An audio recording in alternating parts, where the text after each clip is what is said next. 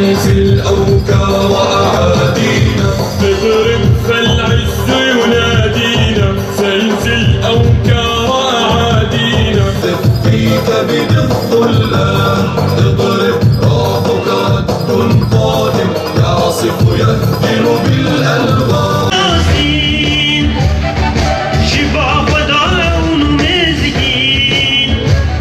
Biliyorsunuz geçen haftadan beri İsrail Müslümanları katlediyor, Gazze'ye bombardıman yağdırıyor. Bombardıman yağdırmasının gerekçesini de Filistinli Müslümanların kendilerini muhafazası olarak gösteriyor. Elbette ki Filistinli Müslümanlar kendilerini muhafaza edecek. Elbette ki şu an İslam ümmetine iftihar vesilesi olmuşlar. Zira daha önce horlanan, daha önce katledilen Filistinlilerin evlatları şu an her birisi bir kahraman olarak demir kubbe dedikleri kubbeyi çevirerek babaların katilini, peygamberlerin katilini, vahşilik yapan insanları, barbarları etkisiz hale getirmek suretiyle kendi savunmalarını, evrensel hukukta var olan meşru müdafalarını yaptılar. Bu haktır. Bu yapmış oldukları mücadele, yapmış oldukları operasyon meşrudur. Hüdapar olarak bu meşru harekatın, o meşru nefs-i müdafaanın arkasındayız ve destekçisiyiz. İsrail zulüm ile, tarihi zulüm ile bulan, zulüm ile abad olan, dolayısıyla zulümle abad olan ahiri berbat olur. İsrail'in yavaş yavaş yıkıldığını, yavaş yavaş kaçmaya başladıklarını görüyoruz. Siyonist Yahudilerin anlayacağı tek bir güçtür.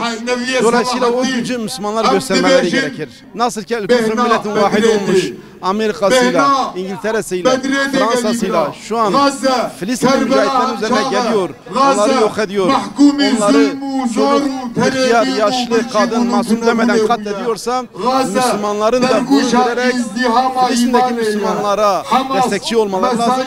Zira o Filistin'deki Müslümanlar sadece kendi topraklarını korumuyorlar. Onlar Müslümanların namusunu koruyorlar. Onlar Müslümanların izzetini koruyorlar.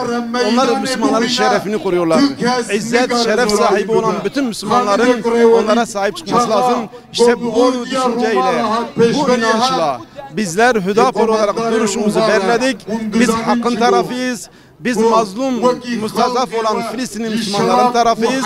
Ondan dolayı dedemiz Selahaddin Eyyubi el-Kurdi gibi Diyarbakır meydanında ve 2. Abdülhamid Sultan gibi İstanbul meydanında alanlara toplanarak tarafımızı belirledik.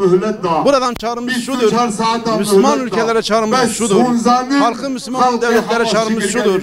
Aklımızı başımıza devşirelim. İsrail korkaktır. İsrail güçten anlıyor. O korkuyu onlara gösterelim ve inanıyoruz ki Müslümanlar bu direnci gösterirlerse, bu birliği oluştururlarsa başta İsrail olmak üzere İslam coğrafyasına zulmeden bütün müstekbirler gerisin geriye memleketlerine dönecek, kaçacaklardır.